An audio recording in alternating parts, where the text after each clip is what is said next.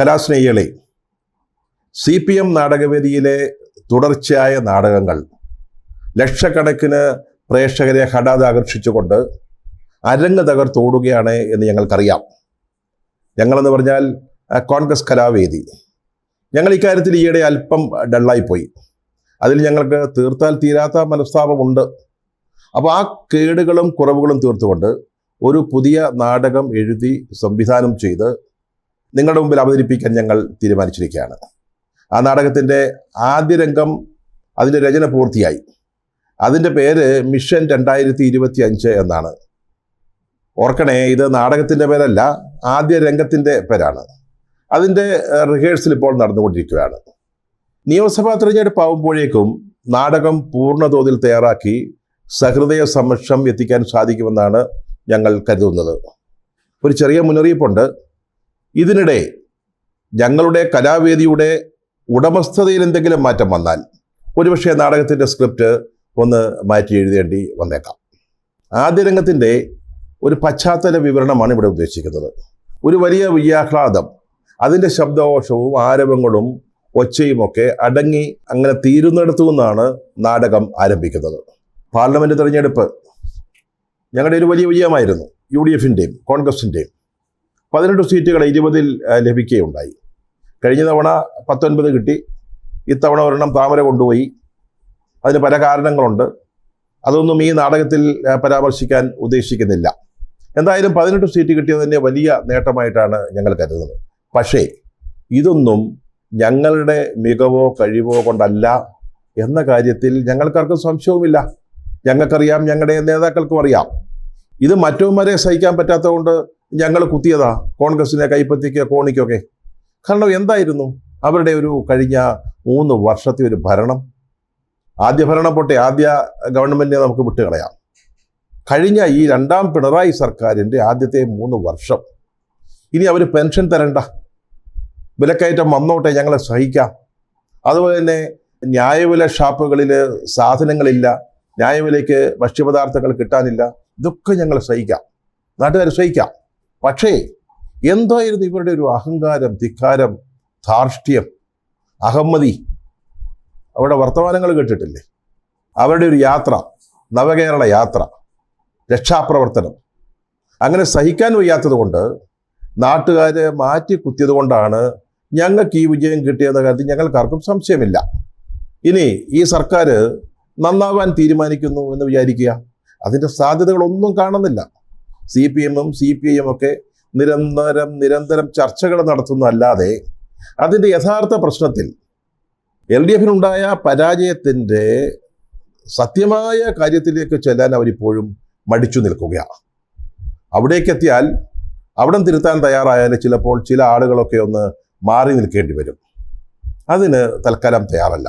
അതുകൊണ്ട് അവർ നന്നാകുമെന്നൊരു വിചാരമൊന്നുമില്ല. പക്ഷെ നന്നാവാൻ തീരുമാനിച്ചാൽ ഒന്ന് മാറ്റി ചിന്തിക്കാവുന്നതേ ഉള്ളൂ കേരളത്തിലെ ജനങ്ങൾക്ക്. അങ്ങനെ വന്നാൽ പഞ്ചായത്തിലും നിയമസഭയിലും ഒക്കെ ഇപ്പോൾ ഈ പാർലമെൻറ്റ് തിരഞ്ഞെടുപ്പിൽ കണ്ടതിനേക്കാൾ വ്യത്യസ്തമായൊരു ഫലം ഉണ്ടായി എന്നും വന്നേക്കാം. 20-ൽ 19 സീറ്റ് കിട്ടിയപ്പോൾ 120ഓളം നിയമസഭാ മണ്ഡലങ്ങളിൽ UDF-ന് ഭൂരിപക്ഷം ഉണ്ടായിരുന്നു. പക്ഷേ കഴിഞ്ഞ നിയമസഭാ തിരഞ്ഞെടുപ്പ് നടന്നപ്പോൾ എന്താ സംഭവിച്ചത്? 99 സീറ്റ് കൊണ്ട് അവന്മാർ പോയില്ലേ. 41 സീറ്റല്ലേ UDF-ന് ലഭിച്ചത്. ഇപ്പോൾ ആ 121 ഇല്ല, ഏതാണ്ട് 110 111 സീറ്റുകളിലാണ് ഭൂരിപക്ഷമുള്ളത്. അതുകൊണ്ട് ഈ ലോക്സഭാ തിരഞ്ഞെടുപ്പിലെ വിജയം അടുത്ത 2026-ൽ നടക്കാൻ പോകുന്ന നിയമസഭാ തിരഞ്ഞെടുപ്പിലേക്കുള്ളൊരു ഉറപ്പാണെന്നൊന്നും ഞങ്ങൾ കരുതുന്നില്ല. ഇതറിയാവുന്ന തലയിൽ അല്പം വെളിച്ചവും കാറ്റുമൊക്കെ കടക്കുന്ന ചില ആളുകൾ ഞങ്ങളുടെ കൂട്ടത്തിലുള്ളത് കൊണ്ടാണ് ഈ തെരഞ്ഞെടുപ്പ് ഫലത്തെക്കുറിച്ചൊന്ന് ചിന്തിക്കാനും ഈ വരും തെരഞ്ഞെടുപ്പുകളിൽ നമ്മൾ എങ്ങനെ അതിനെ നേരിടണം എന്നത് ആലോചിക്കാനും വയനാട്ടിൽ ഒരു ക്യാമ്പ് എക്സിക്യൂട്ടീവ് നടത്തിയത്. ഇനി നമുക്ക് പഞ്ചായത്ത് തിരഞ്ഞെടുപ്പ് വരുന്നതായ തദ്ദേശ ഭരണ സ്ഥാപനങ്ങളിലേക്ക്, പിന്നീട് നിയമസഭാ തിരഞ്ഞെടുപ്പ് 2026-ൽ നടക്കും. അപ്പോൾ ഈ ക്യാമ്പ് വളരെ കേമമായിരുന്നെന്നാണ് കേട്ടത്. VD സതീശൻ അവിടെ ഒരു കർമ്മ പദ്ധതി അവതരിപ്പിച്ചു. KPCCയുടെ ഭാഗത്തുനിന്ന് ആർക്കെങ്കിലും അവതരിപ്പിക്കാമായിരുന്നു. പക്ഷേ ഇതേക്കുറിച്ചൊക്കെ പഠിക്കാനും ചിന്തിക്കാനും സമയമെടുക്കുന്ന ആളുകൾ വേണമല്ലോ ഇങ്ങനെയുള്ള രേഖകളൊക്കെ തയ്യാറാക്കാൻ. രേഖയും കടലാസിൽ നന്നായി എന്നാണ് നമുക്ക് വായിച്ച് മനസ്സിലാക്കാൻ സാധിച്ചത്. അതിലൊരു പ്രധാനപ്പെട്ട കാര്യം, DCC വരെയുള്ള നേതാക്കൾക്ക് അവരുടെ പെർഫോമൻസ്, അവരെ നേതൃസ്ഥാനങ്ങളിൽ ഇരുന്നു കൊണ്ട് നടത്തുന്ന പ്രവർത്തനത്തെക്കുറിച്ചുള്ള ഒരു അവലോകനം, ഒരു ഓഡിറ്റിങ് ഉണ്ടാകുമെന്നുള്ളതാണ്. രണ്ടാമതൊന്ന്, കോൺഗ്രസ്സുകാരുടെ പ്രവർത്തനം കുറേ കൂടെ താഴെ തട്ടിലേക്ക് ഇറങ്ങി ചെല്ലണം. പ്രാദേശികമായ സംഘടനകൾ, കുടുംബശ്രീ അല്ലെങ്കിൽ ക്ലബ്ബുകൾ, ജീവകാരുണ്യ സംഘടനകൾ, ദേവാലയങ്ങൾ, അത്തരത്തിലുള്ള സംഘടനകളുമായി ചേർന്ന് പ്രവർത്തിക്കണം, അതിലേക്ക് ഇറങ്ങിച്ചെല്ലണം, അതിൻ്റെ ഭാഗമാകണം. ഇതൊക്കെയായിരുന്നു 2 പ്രധാന നിർദ്ദേശങ്ങൾ. ഇതിനു പുറമെ അടുത്ത തദ്ദേശ ഭരണ സ്ഥാപനങ്ങളുടെ തെരഞ്ഞെടുപ്പ് ലക്ഷ്യമാക്കി ഓരോ ജില്ലയുടെയും ചുമതല ഓരോ നേതാക്കൾക്ക് കൊടുത്തു. തിരുവനന്തപുരത്ത് തിരുവഞ്ചൂർ രാഷ്ട്രം മുതൽ കാസർഗോഡ് ഷാബി പറമ്പിൽ വരെയുള്ള നേതാക്കൾ, അങ്ങനെ ഓരോ ജില്ലയ്ക്ക് ഓരോ SP-മാർ. അതിനുശേഷം 3 മേഖലകൾ, 3 മേഖല IG-മാർ കേട്ടോ. തെക്കൻ ഭാഗത്ത് നമ്മുടെ കൊടിക്കുന്നിൽ സുരേഷ്, മധ്യമേഖല T. സിദ്ദിഖ്, വടക്കൻ മേഖല ഉത്തരമേഖല TN പ്രതാപൻ. അതും പോരാഞ്ഞിട്ട് DGP-മാർക്കും അഡീഷണൽ DGP-മാർക്കും ചില കോർപ്പറേഷനുകളുടെ ചുമതല കൊടുത്തു. കണ്ണൂരിൻ്റെ ചുമതല KPCC പ്രസിഡന്റ് K. സുധാകരനാണ്. കൊച്ചി അവിടെ നിന്ന് തന്നെയുള്ള VD സതീശൻ പ്രതിപക്ഷ നേതാവ്. കോഴിക്കോട് നമ്മുടെ മുൻ പ്രതിപക്ഷ നേതാവ് രമേശ് ചെന്നിത്തല. പിന്നെ 2-3 അഡീഷണൽ DGP-മാരാ. PC വിഷ്ണുനാഥന് തിരുവനന്തപുരം, റോജി M. ജോണിന് തൃശ്ശൂർ, VS ശിവകുമാറിന് കൊല്ലം. ഈ രീതിയിൽ ചുമതലകൾ വിഭജിച്ചു കൊടുത്തു. അപ്പോഴാണ് ഒരു പ്രശ്നം വന്നത്. നമ്മൾ ഈ KPCC ജനറൽ സെക്രട്ടറിമാരെന്ന് പറഞ്ഞ് ഒരു പടയെ തന്നെ നിയമിക്കുകയും അവരെയൊക്കെ ഇന്ദിരാഭവൻ്റെ KPCC ആഫീസിൻ്റെ വിവിധ നിലകളിൽ ഓരോ മുറിയും കൊടുത്ത് ഇരുത്തുകയും ചെയ്തിട്ടുണ്ട്. പിന്നെ ഇവർക്കെന്താ ജോലി?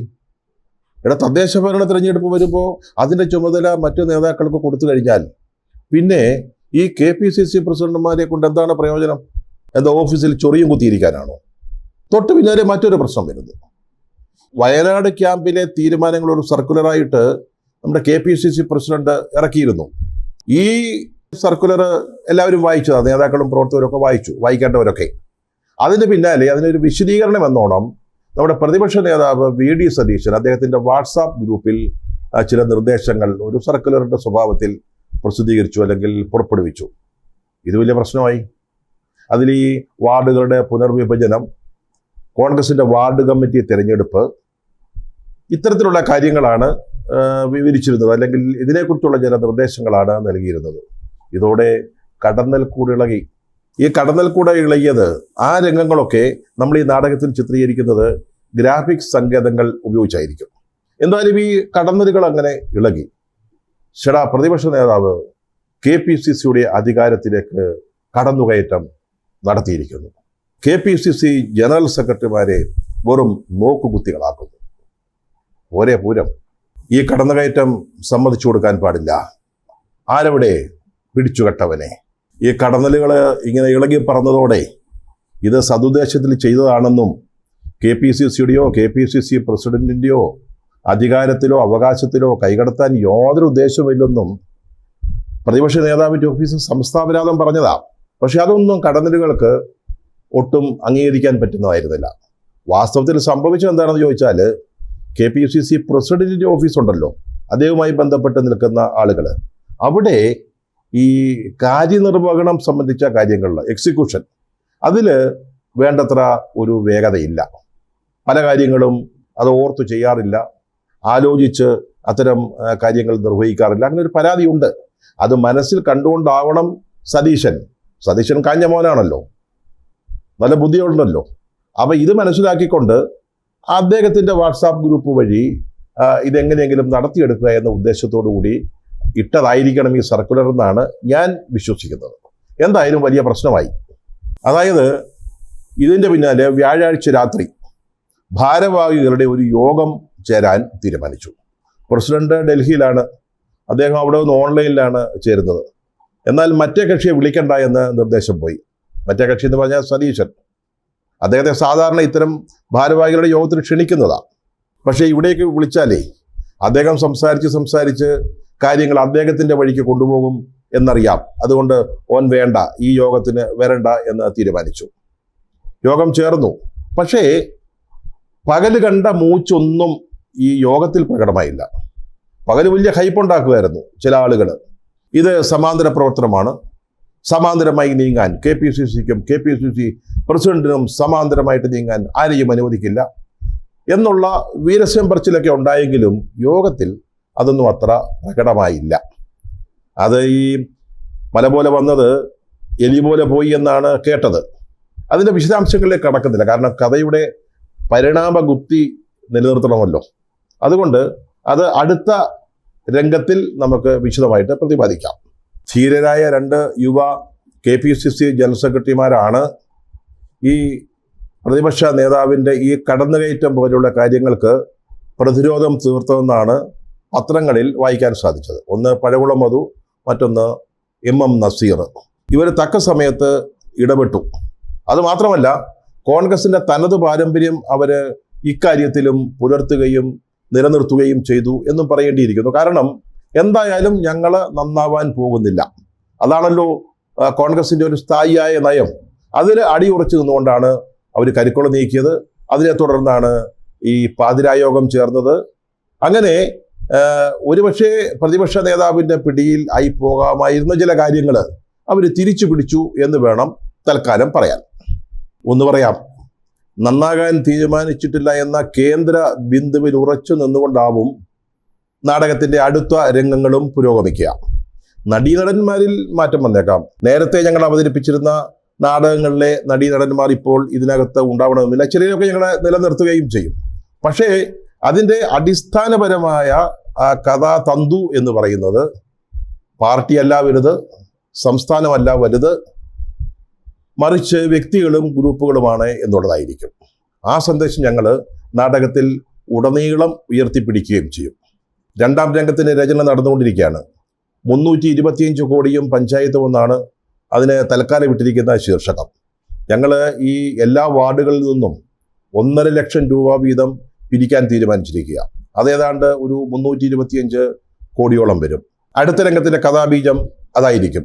സ്വാഭാവികമായിട്ടും 325 കോടിയും പിരിയുമൊക്കെ ആകുമ്പോൾ നാടകത്തിന് കൂടുതൽ പിരിമുറുക്കവും ഉദ്യോഗവും ഒക്കെ ഉണ്ടാകുമെന്ന് ഞങ്ങൾ പ്രതീക്ഷിക്കുന്നു. ഞങ്ങളുടെ നാടകം അരങ്ങിലെത്തുന്നവരേക്കും ജയ് ഹിന്ദ്.